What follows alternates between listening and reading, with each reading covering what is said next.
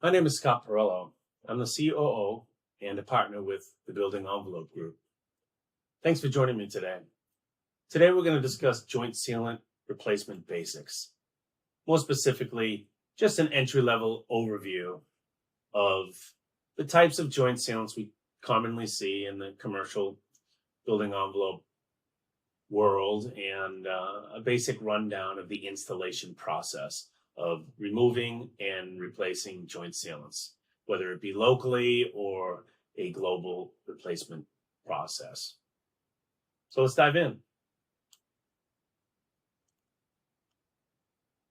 So there are two basic uses of joint sealants that you'll find in commercial facades: weatherproofing sealants and structural sealants.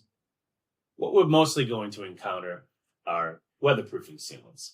The most common use for exterior joint sealants is to prevent water and air from penetrating the facade at the numerous joints, penetrations, and interfaces between different materials, and at perimeters of doors, windows, louvers, and so forth.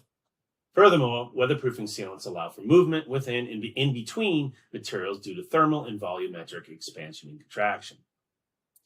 Structural sealants primarily are used to adhere glazing panels, glass, structurally to each other in glass metal curtain wall systems.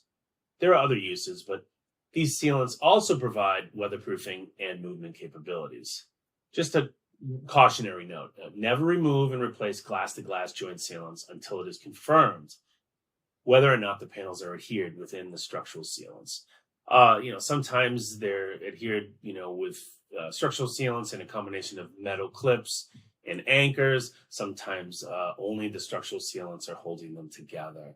And it can be a very dangerous situation because some of these glazing panels are extremely heavy if you cut them out and they're not held into the system some other way.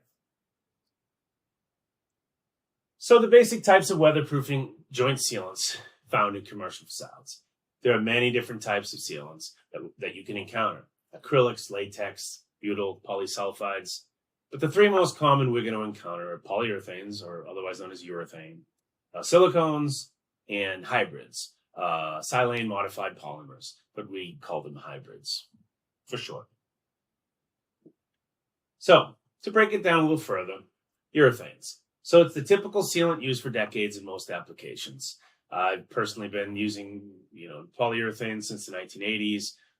The benefits include low cost, great movement and adhesion to most substrates. They're compatible with most substrates. They're paintable, which is great in certain situations. They're easy to install. Limitations: they may stain some porous substrates. They're an organic material, so they're subject to UV breakdown, reversion it's called, and they have a limited lifespan. Regarding reversion, basically that's the process of any organic material chemically breaking down through the UV rays of the sun, trying to revert back to their original chemical state. Rust on a piece of steel is basically reversion, the same thing. Manufacturers' warranties are typically 5 years for urethanes. So silicones, they're originally designed in the structural application world, but over time, the last few decades, they've become really popular as a weatherproof sealant. Benefits are they're inorganic, so they're very high UV resistance, almost negligible. The building components can crumble around them, and yet the silicone materials typically will have the same cohesive properties because they don't really break down the way organic materials do. They have excellent movement and adhesion characteristics to most substrates. Manufacturers' warranties are typically 20 years. They can be applied in low temperatures. Regarding application in low temperatures, although, temperatures below the 40s, which is pretty typical in urethanes and other waterproofing materials, that's usually we want to install 40 degrees and rising. Silicone material itself is not really concerned with temperatures below 40s or even freezing for that matter. But a word of caution: I do not recommend installing joint sealants, even silicones, below freezing, because what can happen is moisture water molecules in the substrate can freeze and inhibit bond during thawing. So very, very, but in the higher 30s and whatnot, you can in most cases safely install silicones. Limitations: they're a higher cost. They can stain porous substrates similar to urethanes. They're susceptible to dust adhering to the surface after installation. For instance, silicone wall coatings, elastomeric wall coatings. What's great about silicones is that they get a very high perm rating, very high permeability. Moisture vapor, runs right through that versus some other elastomeric coatings. But one of the negative impacts is that they do collect dust over time. So if you use silicones, having a regular cleaning, pressure washing or power washing, facade protocol, it's a good way to keep up on that. Silicones are a good product. And then hybrids, which I personally have grown to like hybrids for a lot of different reasons over the years. But basically, over the last couple of decades, they've become a great alternative to urethanes. They're similar to urethanes, with the similar advantages like low cost, but they got a much higher ultraviolet ray resistance because they have silicone molecules in them. So it gives them a much more extended lifespan, yet for a very similar cost to the urethanes. Other advantages are some hybrids, they can adhere to wet substrates. I was involved in the development of a system, which is a silo-terminated polyether, liquid applied flashing and sealant system that actually wants wet substrates. The moisture incorporates itself into the adhesion process. So that's a great benefit. If you're doing, you need to get an emergency sealant in, that's a great product to use. Just make sure that, the particular chemical, formulation for that hybrid will allow, adhesion on wet substrates. And then typically the warranties are 10 years for a lot of these hybrid sealants. So, for pretty much the cost of urethane, you can install hybrids and get twice the manufacturer's warranty without all the complications that can come from going from urethanes to silicones if you're going to do a full replacement. And I'll touch a little bit on that later. All right, so the physical removal and replacement of joint sealants. This is a rundown of the actual process, in the field. And of course, coupling this presentation with, in-field training, hands-on training is critical for, developing, a joint sealant mechanic skill set. So the first thing you do is completely remove all the existing sealant. We're not going over the existing, skimming over it. We're not doing anything like that. We're completely removing the existing sealant. That's going to have new sealant installed. But no, if replacing sealant with a new type, such as going from urethane to silicone, like I had mentioned, additional measures such as grinding the surface completely may be required. What happens sometimes if you're going from one type to another type, the residue can be left behind and have it become a massive problem for adhesion. You should remove, regardless of what you're replacing with, remove as much material as possible. Pre-construction testing will show what level of prep you need to do if you're doing a full system replacement. Always perform pre-construction testing prior to a full system replacement. And typically what I do is I'll do a few mock-ups. I'll do some with, hand tools only. I'll do some with hand tools and power grinders and things along that order. And just to see what level of prep is required to, pass a proper installation. You want to clean and wipe the joint shoulders, excuse me, with the appropriate solvent. Make sure you understand the manufacturer's requirements. Certain alcohols, certain solvents work in certain situations and not in others. So be sure you understand that and how they flash off and how you wipe them. Read the manufacturer's instructions on that. So you install primer if required. Allow primer to set, typically 15 minutes. Install the appropriate bicellular. Typically, that's what I like to use. It's called soft rod, compressed backer rod. There's different types of backer rod. Typically, you have your open cell, you have your closed cell, and then you have your bicellular, which has become more popular in the industry. Open cell, the real soft, squishy type, it can tend to be a moisture wick.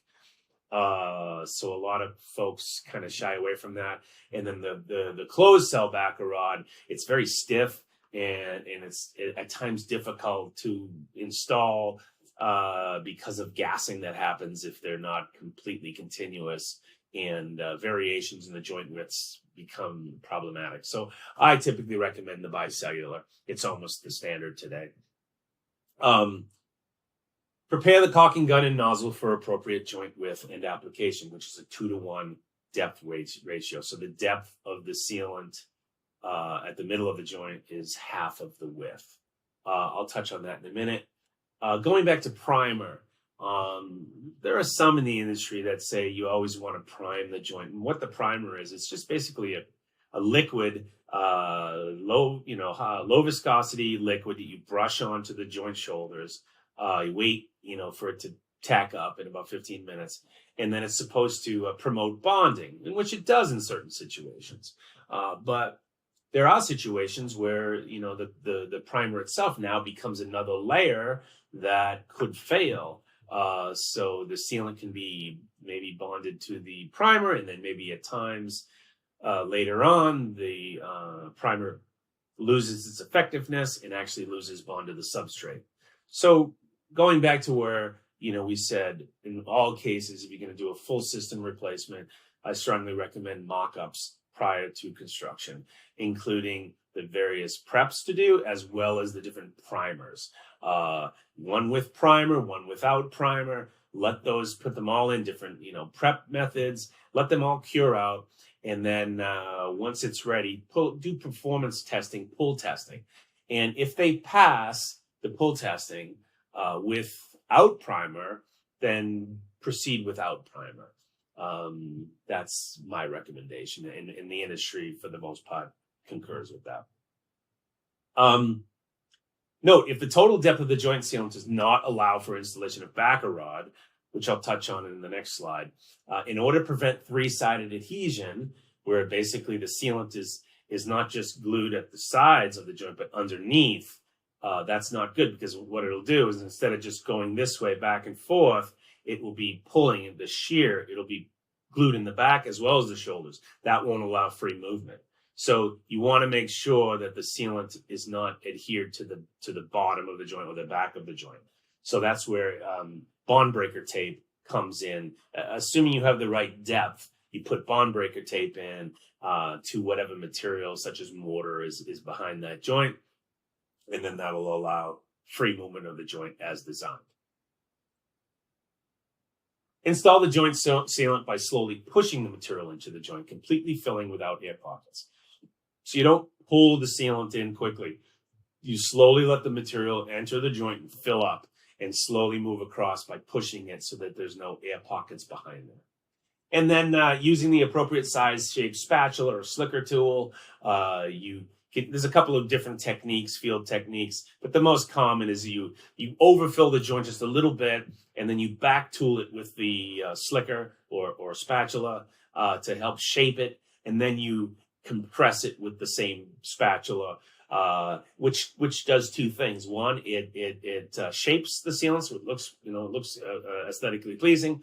But even more importantly, it's compressing the sealant into the joint, into the shoulders of the joint, forming it so that it's a mechanical bond into the porous nature of the substrate. So you have your chemical bond, you have your mechanical bond, which is important in pretty much a lot of waterproofing applications. And then, of course, you have your 2-to-1 ratio. So in other words, if it's a 3/4 inch wide joint, at the center, it would be 3/8 of an inch, obviously half. And that's just a quick profile of what it looks like. And, the hourglass shape is important when possible. When possible, have this That's the bond backer rod. You typically install backer rod so it's tight in there. So when you squeeze the material in, it's working as a backstop, a form, if you will, for the sealant until it cures, as well as when it is cured, it allows to continue that shape. Full adhesion on either side, half the distance. So once again, if this is 3/4, that would be 3/8 in the middle.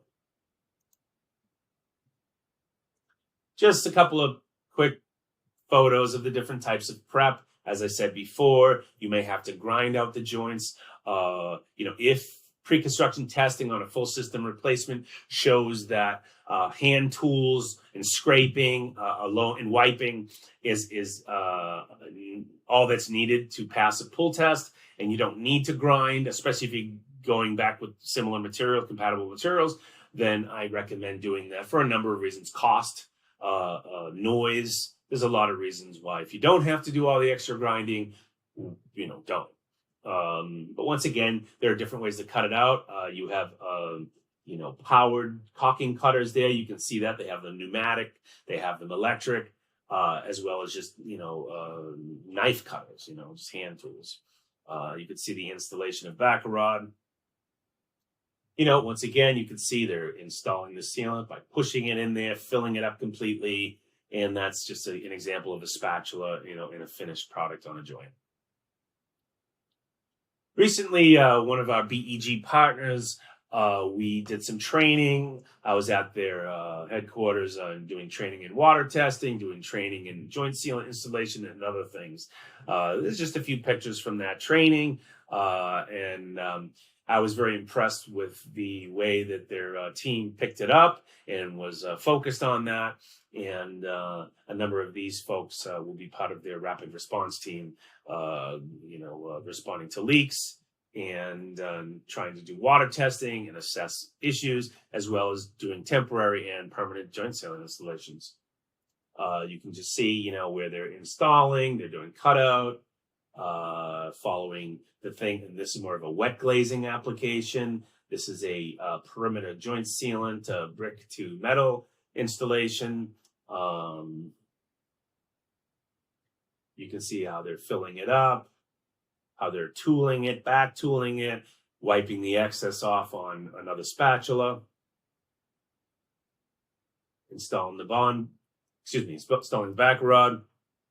And then finally, and after, one long day working with me in the field, I was very impressed, with their team. I mean, brick to brick is more, probably the most difficult to caulk and have a good job because of the, the joint, goes in every brick, and it's hard to keep that looking really consistent and straight. And I was very happy when I left.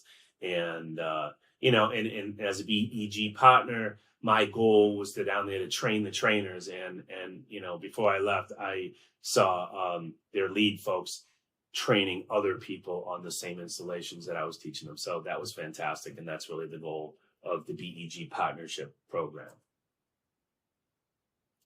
So really, that's it. This is just a brief little overview of joint sealant installations.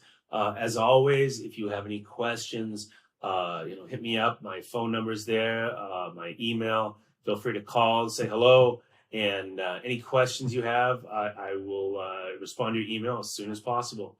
Thanks, and have a great day.